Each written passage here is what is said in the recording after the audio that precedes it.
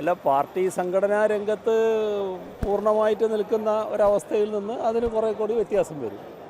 മറ്റു കാര്യങ്ങളൊന്നും പ്രത്യേകിച്ചുണ്ടെന്ന് എനിക്ക് തോന്നുന്നില്ല.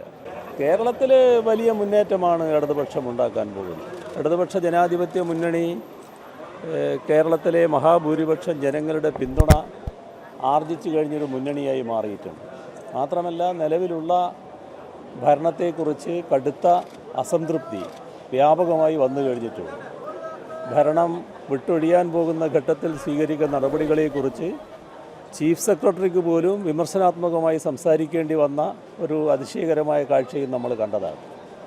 അതോടൊപ്പം പുതിയ ഇടം തേടാൻ നോക്കുന്ന വർഗീയതയെ കേരള മണ്ണിൽ ഇടം കൊടുക്കില്ല എന്ന വാശിയിലാണ് കേരളത്തിലെ ജനങ്ങൾ നിൽക്കുന്നത്.